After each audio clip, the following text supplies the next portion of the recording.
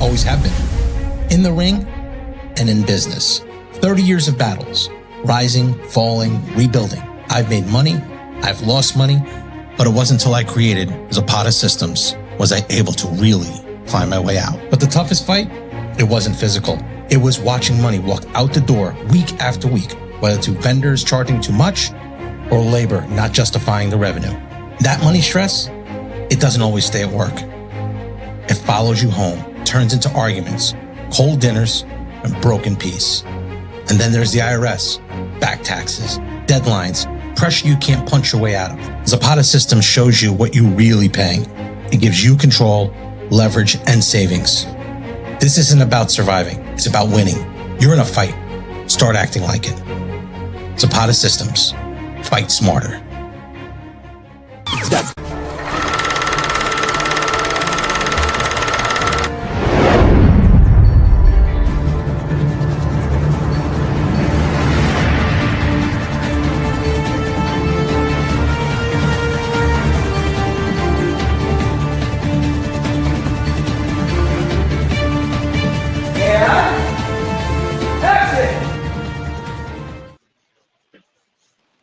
What's up, guys? It's Wednesday, another movie talk week. I'm Joe Zapata.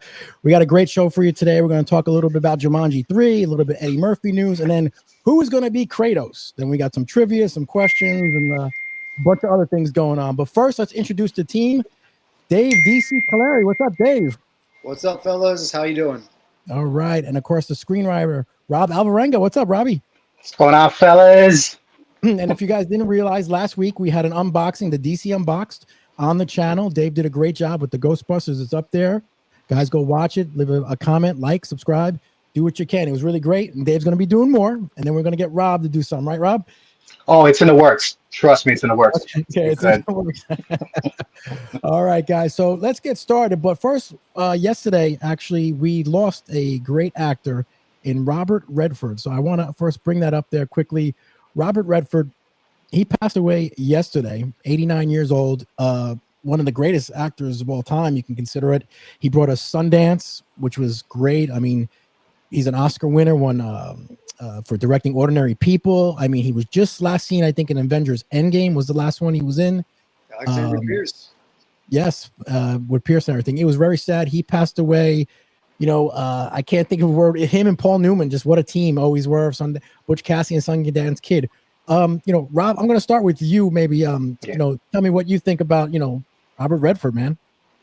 I mean, we toss like the word legend around, you know, pretty like loosely nowadays, but this is one of those instances where it absolutely applies.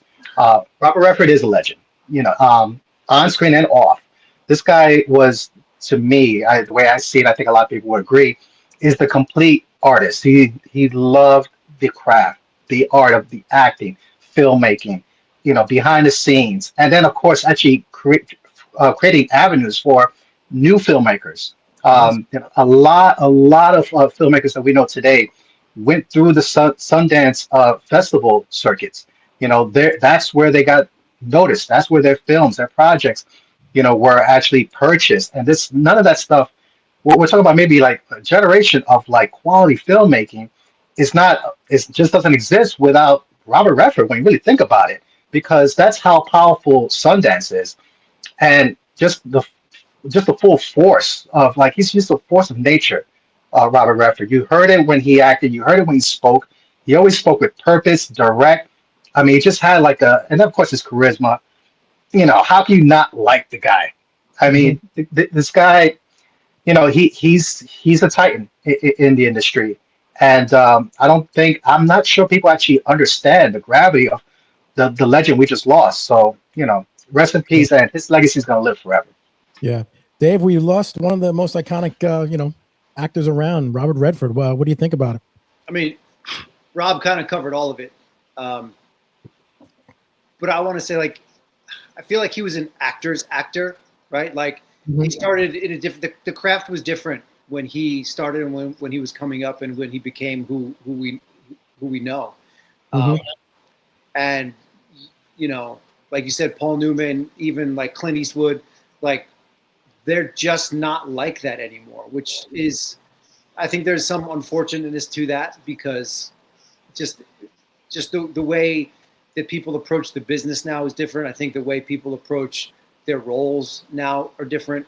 But he's definitely one of those, like he is an icon of Hollywood and will always be remembered as such. And, his body of work kind of speaks for itself. And it's a shame that, as we get older, even like when Ozzy passed a couple of weeks ago, you think about the career and how great it was and the impact on the young generation of professionals coming up. And then you think, in another 40, 50, 60 years, is there anyone who's currently out today that will have the same type of, impact down the line? And you're like, I don't know. I don't think so. And I don't know if that's because the talent pool gets watered down or just times are different. I don't know, but I'm kind of glad we were able to experience everything we have in our lifetime. So yeah. Robert Redford. I mean, I love the movie The Last Castle with James Gandolfini. Kind of underrated. I love that movie for some reason. Good movie. I thought he did a really great job. Well, rest in peace, Robert Redford. You definitely, world's not the same without you. Let's see. Now we got the next thing going on is, I grew up a Panther fan. I guess I watched the cartoon. I always liked that kind of Peter Sellers comedy stuff, kind of funny. And I don't know about you guys. It was always on in the 70s and stuff. I used to watch that stuff in the 80s. So now Eddie Murphy, who is a big Peter Sellers fan, he is actually going to be playing Jacques Cousteau in a reboot of the Pink Panther. And I find that pretty interesting, but he is a huge fan of Peter Sellers. So I don't know, Dave, if you want to start off, do you know anything? Do you enjoy the Pink Panther? Did you watch it? Well, I watched the cartoon, obviously. Yeah. I've seen some of the movies, nothing I could recall. And I can appreciate that Eddie Murphy's a fan of Peter Sellers, but at the same time, I'm a big fan of Eddie Murphy, but does that make me qualified to do a remake of Beverly Hills Cop? Not really. So, No. I mean, I'd be interested. Listen, Eddie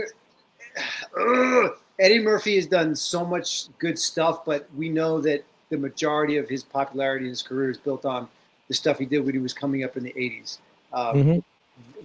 Work of varying degrees over the last 25 to 30 years. Doesn't really take away from anything, but can he still have a really great impact? Or is this just like, yeah, I'm going to do it because I want to do it, and it's just like another thing, another reboot that's out there? I don't know how much it adds to the landscape. Yeah. Robbie, did you watch the Pink Panther series or anything? Did you know about it? Oh, I know a lot about it, actually. Those movies is one of the earliest movies I remember watching with my dad. Obviously, the movies had to come out for some time, but when they finally got to actually to the TV, and actually we had to see those movies, I love those movies. Peter Sellers is, I mean, in that role, he's pretty genius. His delivery is so deadpan. It's just he keeps that straight, like just inquisitive, clueless. Yet he knows he's like, okay, I think I could sort of figure it out, but not really, kind of thing. It's just it's magic. I mean, you found yourself just laughing, and the guy didn't even do anything yet. That's how funny I found those movies, and it's all because of Peter Sellers. So Eddie Murphy. I mean, I grew up on Eddie Murphy. I am a fan. I consider myself a fan of Eddie Murphy. I don't think the Eddie Murphy that I remember, that's my memory of big reverence when he was coming up through Saturday Night Live, through stand-ups and all that stuff, and Beverly Hills Cop and all that stuff there. He's not the same guy. That's not the same Eddie Murphy that is out making movies now. So I've seen some of his recent movies, Eddie Murphy, and some of them are pretty enjoyable. But for me, Eddie Murphy's style is he's still gonna have Eddie Murphy it up, And I don't know what he's going for this. If he's gonna have a true tribute to Peter Sellers, I don't know. Just don't try and be Peter Sellers. Try and do your own thing. But at the same time, I don't know if his own thing is gonna be good enough to make this movie good or funny. It's probably gonna be cute, but you got some people got to remember we've been here before. I think Steve Martin tried to do a remake of the Pink Panther, and it's forgotten. For reasons, because people that really came up with the Pink Panther, they think Peter Sellers. Yep. It's like unless it's that level, that's the bar. And if you can't even come close to that, I mean, then what are we doing? So, good luck. I just don't have a lot of faith. Yeah. The last Eddie Murphy movie I saw was the one where he just did with Pete Davidson. It's on Amazon Prime. The Yes. Heist. I watched that. I mean, it was okay. Some parts were funny, but typical Eddie Murphy movie. So I don't know what he's going to do with this one with Pink Panther, but I'm sure he's going to try and make it funny. We'll see what happens. The next thing we got, guys, is obviously The Rock's been in the news lately because he lost a lot of weight and all this stuff because of that role with the Smashing Machine, all that stuff. However, people are saying he stopped doing, action movies, but he's not. It is confirmed now that he's coming back for Jumanji 3. It's been confirmed. The Rock confirmed that they start filming in November. I enjoyed the Jumanji movies, especially the original Robin Williams. I watched that, 95. They made big money. The 2017 Jumanji made like $962 million. And then this one, the last one, The Next Level, made 800 and something million. So they make money. They're good to make money. Dave, did you enjoy the Jumanji series? Are you going to be watching this if it comes out? I like them. I thought they were pretty good. The totality of the cast is really good. I think everyone did a great job. I like the first one a little bit better than the second one. Whatever this third one is going to be, I hope they go for more story, maybe a little bit more something with some emotional weight to it. I feel like even though I enjoyed the second one and enjoyed some of the emotional beats, I feel like they were just kind of trying to yuck it up a little bit with what they did with DeVito and Danny Glover, but it was still enjoyable. Yeah, it was enjoyable. And I'm not listen, even if The Rock was like, I'm completely done with action, blah, blah, blah, I'm not surprised he would do this because these movies will do good. Just like every Jurassic Park movie does well. It's just going to do numbers. Yeah, it's one of those fun movies. Rob, what do you think about the Jumanji 3? I mean, I agree. I think it's going to do well because it's a family movie. That's really what it's going to come down to. And family movies, I mean, as a parent, we're trying to find quality movies to actually take our kids to, and Jumanji is going to be one that fits the bill. I personally like the new Jumanjis with The Rock. The first one I thought was actually surprisingly good. I found myself having a good time. The second one, I still had a good time. It was what it was, but it started getting to the little too slapsticky type of environment where it's just like, all right, guys, we know how this ends. Let's just get to the end and such like that. So, I will catch it. I won't catch it in the theaters, but I will probably catch it when it comes to streaming and such like that. Pop it on, have the girls watch it. It'll be a good time. I don't know, but they're enjoyable movies. But this is kind of like where we are now, right? If for anything to make any kind of money in the theaters, it's got to be a sequel. It's got to be, a nostalgic, piece. It's got to be something that's a retread. As long as you have the big name and you do it with The Rock, it's gonna make money. But I'm with Dave. It's like if you're gonna keep rehashing these, franchises, try and give us, at least something new, something that we're not quite expecting. Don't give us like the second one was like the whole role reversal thing. It's like we've seen that. Let's get something new and get some real comedy. I think comedy's been lost a little bit, lately. Yeah, it's still going to do well in the box office. I can tell you that no matter what they do, it's still going to do 100%. Good. Yeah. So we'll wait and see. They're filming in November, so we'll see how that turns out. All right, guys. The next bit of news we got is obviously one of my favorite video games of all time. PlayStation is God of War. I even have a tattoo on me of God of War. I love Kratos. I love that whole thing. I'm a huge fan. That's one of the only things I play on PlayStation with my kids. It's one thing, really. That's awesome. Now, when they did the Amazon movie coming out, I was, really excited to see that series. Then it came the casting. Who would be Kratos? And you don't need the greatest acting chops to be that character. That's pretty much because he doesn't say much. He just says, "Boy." That's all he says. He doesn't say anything else in the whole thing. So who would beat him? Well, I talked to a couple wrestlers, Big Sexy, Kevin Nash, a couple of them. They all told me, said a couple people who are in the runnings. And obviously, a couple of them that were in the runnings were Triple H, the guy who played Paulie, and Jason Momoa. So I have the list of people here, guys, and I'm going to break them down with both of you here. And I'm going to just put this screen on the side here. Let me just put this over here. Here's the list over here. Oh, you can't see it. Let's see if I do this way. Hold on. All right. Didn't come up yet. Hold on. There we go. This is the list, guys, of the actors who are in the running to play the mighty Kratos. All right. So I'm going to start with you guys too. Let's start with Henry Cavill. What do you guys think of Henry Cavill? Dave? I think he would be his talent would be lost in this role. Okay. Like he's got too much. He's too good of an actor to just whatever. I know nothing about God of War. I don't play any video games. Okay. I know Kratos is. I know enough about everyone who's talking about this to know that if he just needs to be a big imposing force, it's a waste. I think it's a waste of him, of what he can do. Yep. Rob, what about you? Do you like Henry Cavill? I don't, and no offense, Henry, if you're listening, I'm sorry. God of War. Now, I do know a lot about God of War, like the original, like 3 games. Yes, man, that game got me through a lot of real stressful moments, just going, balls to the wall destruction with Kratos. So Kratos is a character that's close to my heart. Yeah. Henry Cavill, he could do it because he is a good actor. He could do anything he wants. He puts his mind to it. But this is something that I think I need a little more rawness. This is one of those characters that I don't mind having an actor that is not that refined, like that doesn't have that much range. I think I need, an actor that has just a little more raw and grittiness to it. And again, while Henry could pull it off, there's some other names on this list I like better. Okay.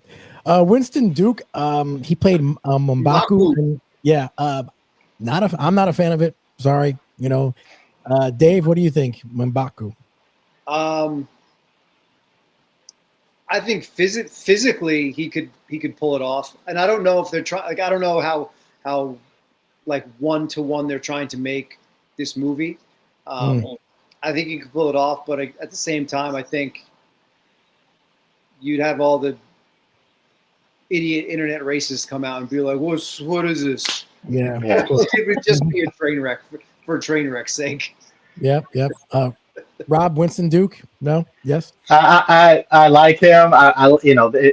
In some world, some alternate reality, I would like to see him give him a shot at this, because I actually think he'd be pretty damn good at it.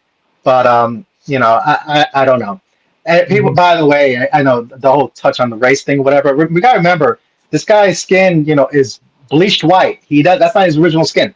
So in the game, so. Really, it really could be anybody on this list, and they could pull it off, because there's gonna be a big time makeup job with this. But again, I like Winston a lot. Again, I think I have more preferences on some of the other actors.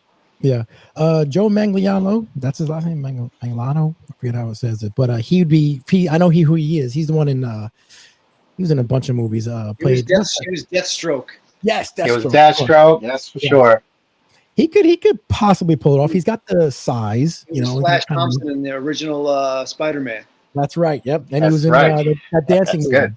Was that Magic Mike? Magic Mike. Yeah, Magic Mike. Exactly. Magic Kratos. Yeah, Magic Kratos. He could pull it off. I don't know. What do you guys think, Dave? I think he could pull it off too. I like his look overall. I mean, his look in as Deathstroke is cool. Obviously, that wouldn't be what he would look like in the God of War movie, but I think he's imposing enough. He has enough presence to pull something like that off. But again, I feel like I don't know what they'd be looking for, but I feel like everybody on this list, with the exception of Jason Momoa, is a talented enough actor to do too good of a job. Rob, what do you think? Joe? No? Yes? No? I'm going to say no, because Joe's too sexy for this role, quite honestly. he doesn't have a look that, for me, that Kratos is a really broken, destroyed character, and he's just too good looking. It's just that's all I got for him. Okay, gotcha. Now, when you said Joe's too sexy, were you talking about me? Well, that's given. Hey, hey. All right. Next, we got Christopher Judge, who actually is the voice of Kratos on the in the PlayStation games. And I've met Chris Judge. He's a great guy. He does have a physical presence. He could, I guess, but I don't know. I think there's better people on the list. What about you, Rob? He could definitely pull it off, and I know today as actually some friends that I know that haven't spoken in a while have reached out to me when they saw this we were doing this tonight, and I can tell you right now, it sounds like a lot of the fans of the newer game, the newer trilogy, would be super pumped if he was Kratos. I think they'd be super pumped because the voice, I guess that's what it is. The voice carries a lot such resonance with that character in the newer games that they would love to see that kind of like translate on screen. It's a good thing that Chris is being considered for this because he is Kratos. The way we see like Mark Hamill as Joker, he is Kratos for the fans of the game. So I'm glad that at least considering. Hopefully they can really considering him. He does have the physical presence for it, and he knows the character inside it out. So just on that baseline alone, he has an advantage over the other actors. That's true. Dave, you know anything about Christopher Judge? I just had to look him up, so I do know who this guy is. Physically, sure, and to Rob's point, like he's been this character, so whatever depth there is to him, I mean, he's been a part of it the whole way. And as far as like because he does the voice would make sense. At least this one actually makes sense because it's not like Peter Cullen could be Optimus Prime outside of being the voice. So exactly. I think. Listen, if you want to have the least amount of fan backlash, this is probably your best choice. Mm-hmm. Right? Yep. Now, the next one, Manu Bennett. I don't know him too much. He was in a bunch of. I think he was in Lord of Rings or something, right? That's not the new Lord of the Rings. Yeah, I think Prophecy. No, no Dune. I think isn't it Dune or something. He was in something like that. They had a lot of makeup on him. I don't know too much about him. I've seen a picture of him. To me, I don't know. I just think because of his physical presence, he was put on the list. You guys know anything else about him? No, I know nothing. I was going to say, isn't that Manu from Unnecessary Roughness? That'd be awesome. Slim version. All right, well then let's go to the next one. Jason Momoa. He's obviously a popular pick. He's Lobo now. Aquaman. He's a popular pick among people right now. What do you guys think, Dave? Jason Momoa? I think as we saw from some recent pictures, about 90% of his charisma is in his beard. So exactly. I don't know. I think he was. I accepted him as Arthur Curry. He did a fine job as Aquaman. I'm not a huge fan. I just think he's like real one-dimensional. He'll probably be fine as Lobo because it's Lobo. Yep. I've just never really been on the Momoa bandwagon. Like he's fine. Mm-hmm. What about you, Rob? I get why. Obviously, he's the name, and can he pull this character off? Yes, absolutely, he can. I just think that Jason, if he gets cast as God of War, he might be looking at what Pedro Pascal is dealing with, which is that whole Pedro, fatigue that he's in everything. Now, not to that level, I would say, but still, Momoa's been Aquaman. He's going to be Lobo. He's been in the Game of Thrones. He's been, all this stuff there. So it's like, we know what he's got. We've seen enough of him. This is a character. This is like a brand new franchise, and it will be a franchise. Do we really want to get a retread, in there that, you're going to see him in other works? And he's already a comic book character you're going to see recurring as well. Yeah, they might want to avoid that, in my opinion. Yep. Travis Fimmel, I don't know too much about. I don't know if you guys comment on that. I don't know too much about him. Is this the Spartacus guy? Maybe that's him. I'm not sure. Vikings. I don't know. Vikings. Thank you. That's him. Vikings. That's him.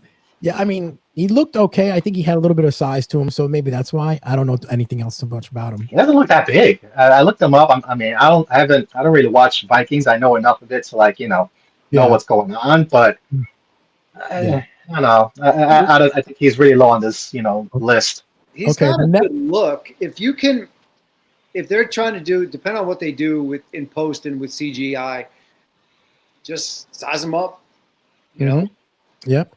The next one on the list is actually someone who I've heard was in the lead to be this character, and that's Oliver Richards, who played Paulie in Reacher, and he has the size for sure, and he's got the look. He's got the look. 7-footer. He's a 7-foot man, and Kratos is, I think, about 7 foot. He's a huge dude. So I think everyone is telling me that he's in the lead, right behind another 2 people. So I don't know what do you guys think of this guy? I think he could pull it off. I think it's what do we know? What studio has this? Amazon. Amazon, yeah. MGM Right, Studio. so it would make sense it goes to him because he's already done Reacher, so he already has ties with Amazon Studio. That's so exactly right. Who knows if there was anything tied into him signing on to Reacher with maybe this thing in the background somewhere. Yep. That's exactly I like this because it just puts him out there a little bit more. I think he'll be pigeonholed as like the big imposing bad guy for quite some time, understandably so. So right now, take a big swing and just own that portion of it. Yeah. Rob, what do you think? I think everyone here is too expensive. Yeah, that's true. Honestly, this is the one that I like the most. And this is just my personal take. This guy not only has the look. I've seen enough of him in Reacher for me to feel like, you know what? This guy has more to give as an actor. And this is a tailor-made, he's got the size. He's going to look great as Kratos, which is for this kind of, what they're going to try and do. It's kind of like half the battle, to be quite honest. But this is a perfect opportunity for him to actually break out as an actor. And I love seeing that. I love seeing actors like, get their shot and they own a role, and that becomes their role of a lifetime. I could see that with Oliver. And the fact, and given his just physical presence alone, I'm sorry, I can't remember the last time I've seen in a leading role a 7'2" giant. I mean, just the possibilities alone would make this thing for me awesome. And I don't know, I'm personally rooting for him because out of everybody that's here, I think this is the guy that has the most potential to be something really special. Yep, he's the one. The last 2, Dave Bautista and Triple H. Dave Bautista, I really don't want. I don't, but Triple H also, I heard, was actually considering doing it, but he's into the WWE too heavy. He's an executive. I don't think he wants to take the time off, from what I hear. So who knows? I don't even know if he'd withstand a big physical shoot. That's another thing that he doesn't. He doesn't want to do that apparently. But even though they have studios said, "Hey, come on and read," because he looks exactly like him. And I mean, I have him on the thumbnail. You put him in there, he looks exactly like the guy. That's the only thing. But there's more to that, So I don't know. You guys have any other thing about Batista or Triple H? Batista, outside of I'm the same way. Batista, I think, honestly, he's I don't know. I think he's really looking for like really, award-winning type of a legit actor. Yeah, like I said, he's trying to go like really like award-heavy style type of characters. And hey, do you, buddy? So if they didn't, for some reason, if they didn't go with the game voice for Kratos, which I don't see why they wouldn't, but I wouldn't mind hearing Batista as the voice. There's no reason to do that, but like I could hear him doing it. Yeah. Oh yeah. He definitely has that. And Triple H, same thing for all the reasons you kind of like already mentioned. It's it's cool that he looks just like the guy, which is pretty awesome. But I don't know. Like I said, I feel like this is a really special like opportunity for an actor to just take it and run with it, and I don't see Triple H doing it. Yep, I think it's Oliver Richards, and I think the fans want Chris Judge to be it because they love his voice as Kratos. So we'll wait and see, guys. We're actually done with that section. We're going to hit the mailbag, but before we do, let's do a quick 20-second commercial on our sponsor. So hold on, the code guys. never changes. That's why Straight Outta Jersey has partnered up With the Cosa Nostra brand, not just a name, but a code you will wear on your chest. From the streets to the mic, we carry the same message.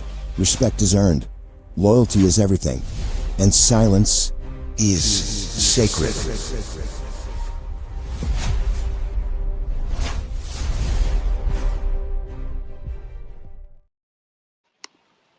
Everyone, thank them for being an official sponsor of Zapata Bear Media, Cosa Nostra. Thank you so much. Now, let's get to the movie bag. The mail questions we have. We have a bunch of mail questions coming in. And here we go. And the first one is, and this one is from Marie P., who's also now a member. She joined the podcast and is paying a monthly membership. She says, Marie P. from Emerson, New Jersey said, gentlemen, loyal listener and big fan, love your content and your personalities. Question, how did all of you become friends? And when is the next DC reviewed product or item? Okay. I just met you guys on the internet. I don't know what she's talking about. So let's see. I don't know. Rob and Dave, how did you guys meet? I met Rob when I got up to the New York sports clubs in Rockland and Nanuet. What year? You there when you were already there when I got there? Or did I you? was definitely there before you got there because, we had just lost whoever the lead trainer was at the time. And, we were desperate. It was chaos. It was pandemonium. Brian or Warren? I think Warren. I think it might have been, but I vaguely remember even that guy because I was there like 2 seconds before you were. Okay. So I just know what it was. It was a mess. We heard that we hired a new guy to lead the whole thing, and met you, and I'm like, this guy's pretty cool. Outside of memberships and all that stuff, there we got you talking about really cool stuff. What year was this? This was 2003 when I got up there, and I remember Rob and I became friendly pretty quickly, and I do remember when Revenge of the Sith came out, because since I was management, I just do whatever. So at one point, it was like 10 or 11 o'clock in the morning. It was up in Nanuet, so we just got in the car and we drove over to Best Buy in Palisades, and we both bought the lightsaber replicas because they were like $50 at Best Buy. It was awesome. That's pretty cool. I think Dave, me and you obviously met. I think it was probably 97, 98. Yep. Because I started dating Paula, who was Dave's next door neighbor. I don't want to say her last name, but just because she watches this. So I'll put it in the comments. Yeah. So I was dating Dave's next door neighbor, who was obviously your father and her parent father were very close. Yeah. And I remember at Christmas, I'd come to your house at Christmas a couple of times with Paula. Yeah, I remember Paula was at the house one time and she was like, I forget what she said. She just said, "Oh, you'd get along really well with my boyfriend." I was like, all right. Because up until that point, like we'd always known each other. She, we all went to the same schools and whatever. She was just a year older than me, but like we didn't hang out really. Like we go to their house for dinner and they would come to ours.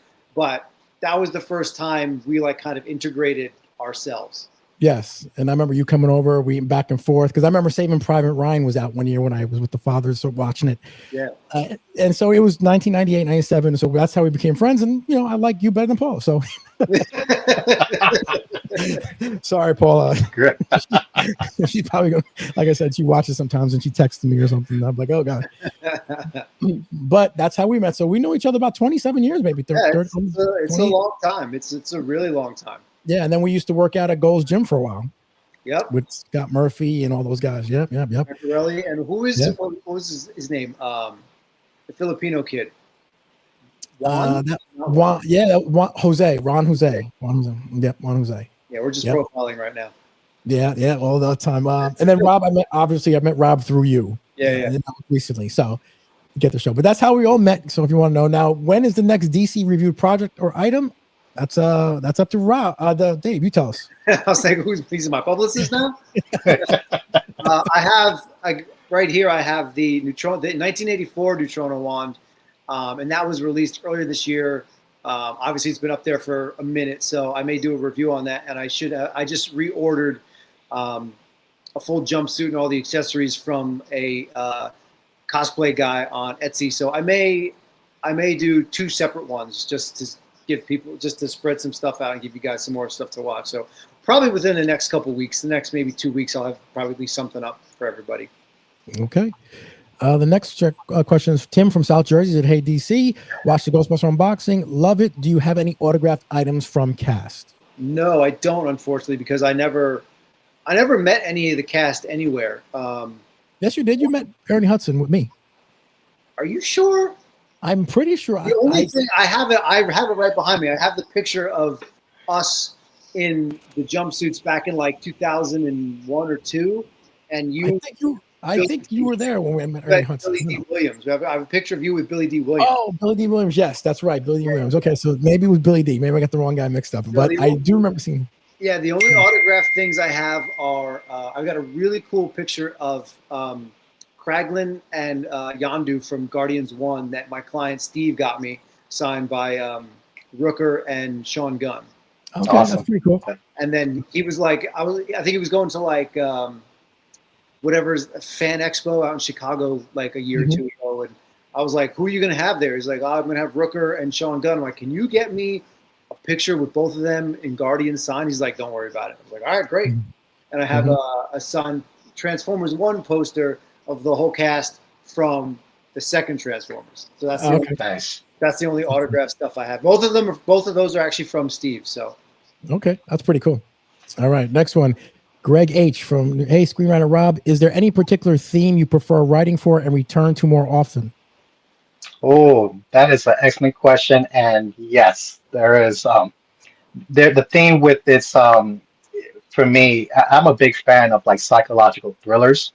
The type of stories where you don't trust the main character completely. There's one movie that I remember watching that really influenced a lot of my writing when I got started, and that was this movie called Identity with John Cusack. Okay.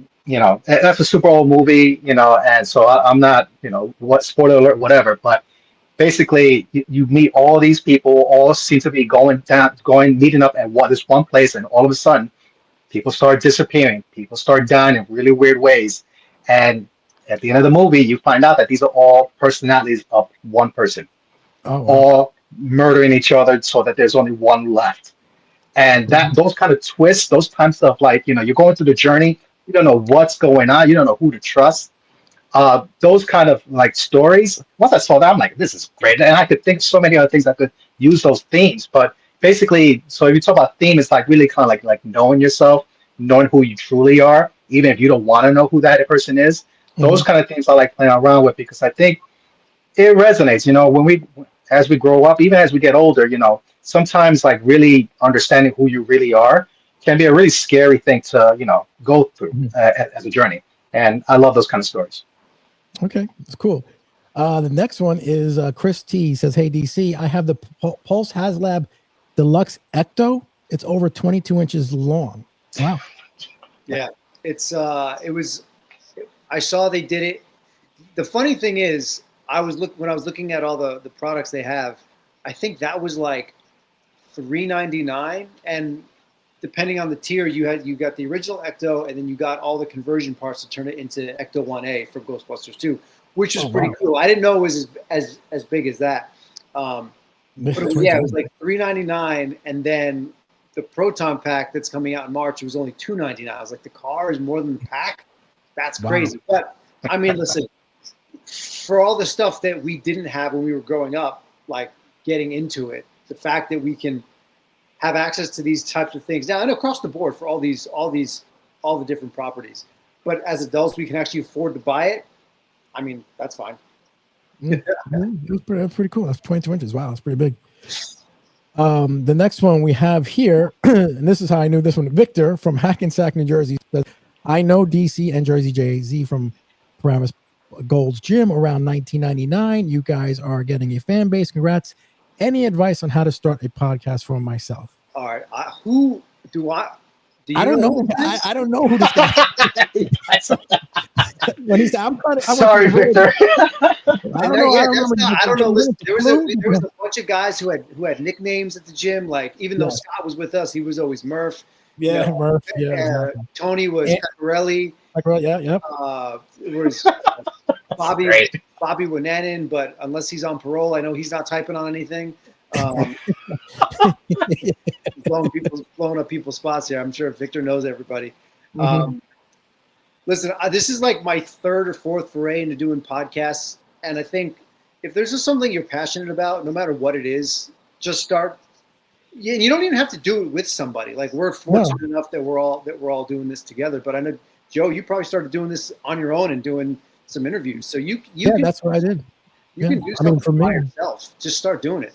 Just start doing it. And the reason I did it was because of my brother. Because my brother's like, look, I have the equipment. I have all of this. I have this, this, and this. He goes, just do it. And because I was always I was not a person who liked to get up in front of classroom and do a speech. I was didn't like speaking in front of crowds. So this is like, got really out of my comfort zone. And I had to learn to do this, but when you do it, you get better and get better and, goes on from there. Just do it. That's all I got to say. My brother said, just do it because we only live once, right? Yeah. Don't think about what you think people want to hear or see, because no one's going to care if it doesn't seem like it's legit for you. So whatever it is that you want to talk about, whatever information or perspective you have to give on what you want to talk about, just do that and just don't, no holds barred. Just be you and deliver whatever message you want to deliver. Yeah, exactly. Rob, I mean, you enjoy doing it, right? It's like now we're doing it. Now it's every week. Hey, it's this is something that I didn't think that I would be doing. The moment I heard that you guys were doing a movie talk podcast, first I got mad at Dave. I was like, dude, can I get a guest spot? Something? I mean, this is movies. It's my thing. So, I'm very fortunate that I'm doing this with you guys. But now working with you guys, and now that we're going to be growing and stuff. So now it's like just like Dave is doing the unboxing, I'm going to be doing my thing, where it's something that I own, and I think use that. When you start these things, I think what I'm learning is that when you bring something to the table, bring something that you're really just passionate about, and that's going to power through. And to Dave's point, that message, that feeling, that energy, you're gonna grab a fan base. You're gonna create a fan base based on what you give out. So as long as you're into really what you're talking about, it's gonna work. Yeah, and the fan base comes because I was talking to my friend at the gym, and he's also a big movie buff, and he goes, Joe, I just kind of getting used to now. 9:30 Wednesday, you're dropping a video, and I kind of just watch it on, hanging out or whatever in bed or whatever. So he's so used to it, and just be consistent because then it just happens, I remember when I had 10 subscribers, and now I'm all over the place. So, it starts from somewhere and it just goes, you just got to do it, So that's what you got to do, Victor. Just keep doing it. And I don't know who you are, by the way. So sorry. We had a lot of people at that gym, a lot of crazy people. That's great. Yeah. All right, guys. So now let's get to a couple of the trivia part of the show. It's where I'm going to ask you guys a trivia question. You just say if it's true or false. Pretty simple, right? All right. Ready to go? I'm going to start off with Dave. Ready? Yep. Steven Spielberg was on the set of Jaws. He had a name for the Jaws, mechanical Jaws. He named it Mary after his mother-in-law. True or false? That's false. It was Bruce. That's very good, man. That's very good. Wow, man. That's wow. I gotta find another button for that one. Yeah, seriously. Now they got the right answer, but I actually gave you the correct answer. That's awesome. All right. Let's see, Rob. In Wizard of Oz, 1939, the rubber red slippers were originally silver. However, MGM changed it to red because of the new Technicolor process. True or false? I'm not true. That is true. Very good. Dave, in The Dark Knight, Heath Ledger came up with the Joker makeup himself. Joker makeup himself. Oh. I'm like 51% sure that's true. It was true.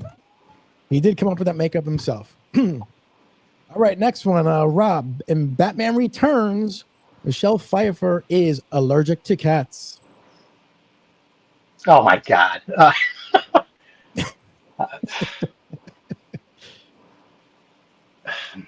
Come on, man. This is about the character as a whole. Yeah, but I gotta go false. I mean, wasn't cats like running all over her in that screen? It is false. She is allergic to cats. Not allergic to cats. She had cats for pets when she came home. Remember, she would give them milk and stuff. Yes, that's what I mean. Like, they were literally crawling all over her. In real life, she's is not allergic to cats. Though. But this one was allergic to cats. Yeah, but you're right. She did that one. All right. Next one is for Dave. John Travolta was the original choice for Forrest Gump. Oh, I'm actually gonna say that's false, and I. That's true. What? That's nuts. It was the first choice for Forrest Gump. I remember. So that same client, Steve, he was able to read the Forrest Gump script before it was even offered. Like it was even going to be what it was going to be. I don't think Tom Hanks was attached to it. And he told me, he's like, Dave, listen, I've been doing this job for like 40 years. I remember reading that script and I was like, nobody, I don't care who plays this guy, nobody is going to care. He's like, I was way wrong. Wow. Oh, yeah. Forrest Gump was a great movie. The next one. Okay, let's see. All right, Rob. Anthony Hopkins turned down the role of Gandalf in Lord of the Rings. True. Oh. He did not turn it down. He wasn't even offered it. It was Sean Connery who turned down the role. Sean Connery turned down the role of Gandalf. That hurts. He would have been he would have been slapping the elves. Yeah. All right. I've been here for it. Yep. In the original Avengers, the shawarma scene was filmed after the movie premiered, and Chris Evans was hiding a beard.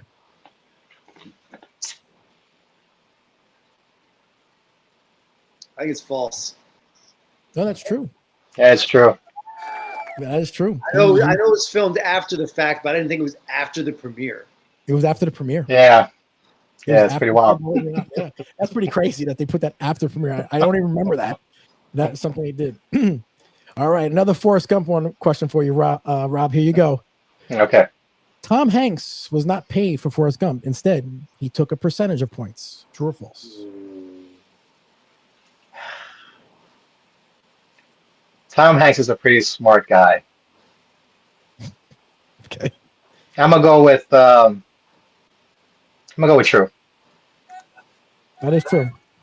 That's right. He did not get paid for that movie. He took percentage points, and that earned him over $60 million. Good for him. Not bad. Someone believed in that script. Matt All right, Damon Dave, this is the last one here. In Willy Wonka, the original one, with okay, the river was made of real chocolate, and it stunk up the entire set because it spoiled quickly. That's false. Yeah, that's true. I do that. That is true.